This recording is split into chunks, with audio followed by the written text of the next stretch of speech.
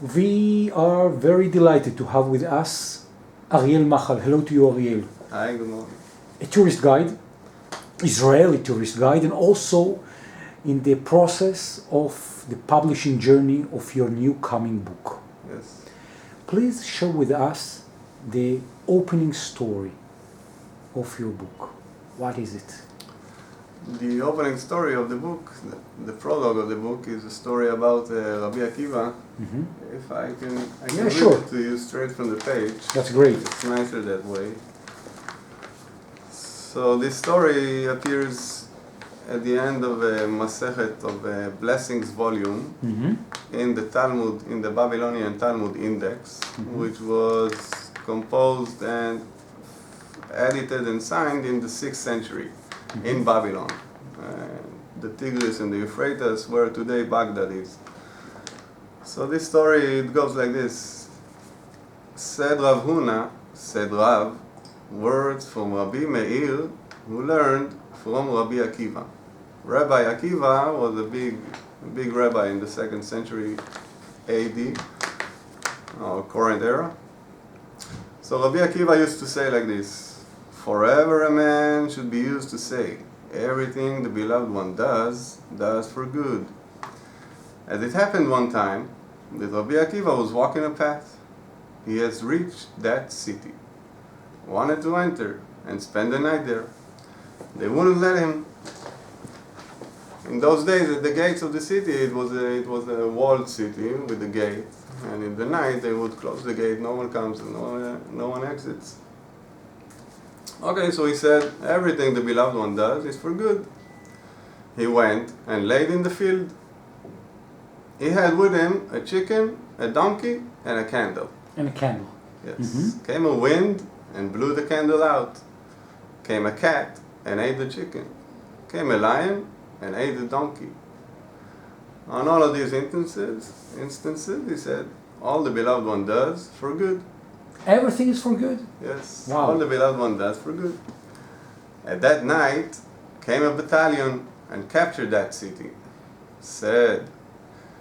At that time he said it to his 5 students, Rabbi Meir, Rabbi Yehuda, Rabbi Yosef, Rabbi Shimon, and Rabbi Elazar ben Shammua.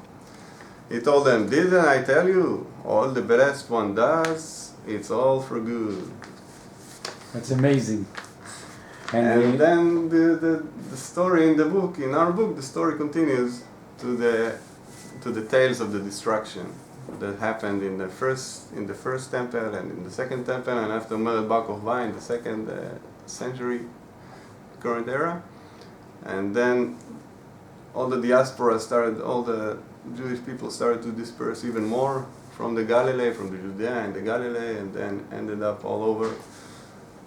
And these are stories that are part of the Talmud Bavli, of the Babylonian Talmud, that later on became the shepherd of the Jewish people in the diaspora, in the exile. And you are practically, while practicing as a tourist guide, you're also telling these tales.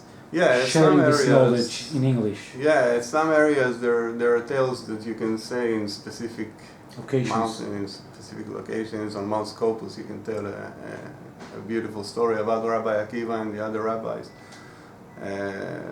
All over Jerusalem, when you go on a day tour in Jerusalem, you can read a lot of horrific tales that happened there in the 2nd temple, in the days of the 2nd temple, in the destruction. So practically what you're saying is that